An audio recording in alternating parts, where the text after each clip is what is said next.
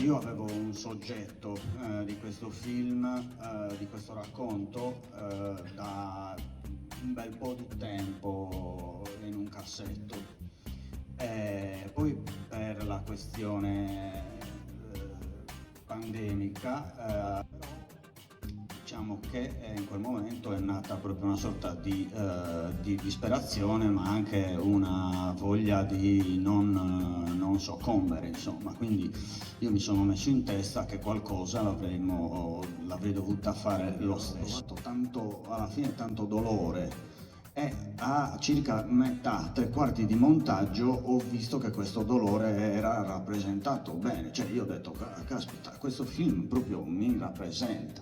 Di gestazione è sempre molto più lungo in Italia per fare un film, troppo lungo. Questo è stato proprio un amore, diciamo, così passionale, senza attendere troppo, proprio dove ci si butta con tutta la passione, con tutto quello, la forza che ti rimane in corpo, che hai in corpo in quel momento, proprio perché c'era proprio questa rabbia anche dovuta alla tragedia che stavamo vivendo. E quindi sì, ha detto ad agosto giriamo. Io pensavo al 2021, lui invece ha detto no, proprio ad agosto. Adesso, solo che c'era solo il trattamento, noi dovevamo scriverlo e come ha detto Bonifacio, poi il 27 di luglio noi eravamo sul set che stavamo girando. Questa è una tragedia greca, quindi io voglio mettere il dolore. Film su un'umanità che è consapevole di aver perduto, nel senso che un'umanità che non è che è come dire, pessimista, perché è un'umanità che non guarda al futuro con pessimismo, è una umanità che guarda al presente con la consapevolezza di aver sbagliato tutto, perché un po' ha diversi significati. Uno è quasi uno sberleffo, diciamo, verso i giganti di Monti Prama, che sono delle statue antichissime che noi sardi portiamo sempre in trionfo. Erano dei guerrieri, cioè rappresentano dei guerrieri, però noi sardi negli ultimi,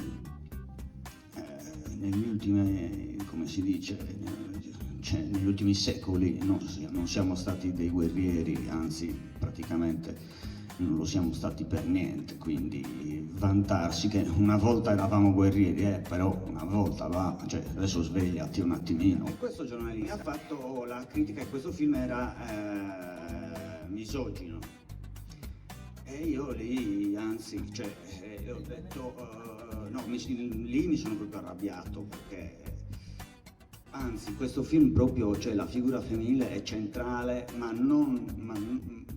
di più, perché è proprio la storia di personaggi che sentono una mancanza della figura femminile, con un dolore immenso. Una famiglia. Sì, con un dolore immenso. Probabilmente se avessero avuto una figura femminile vicino non sarebbero quei perdenti che sono.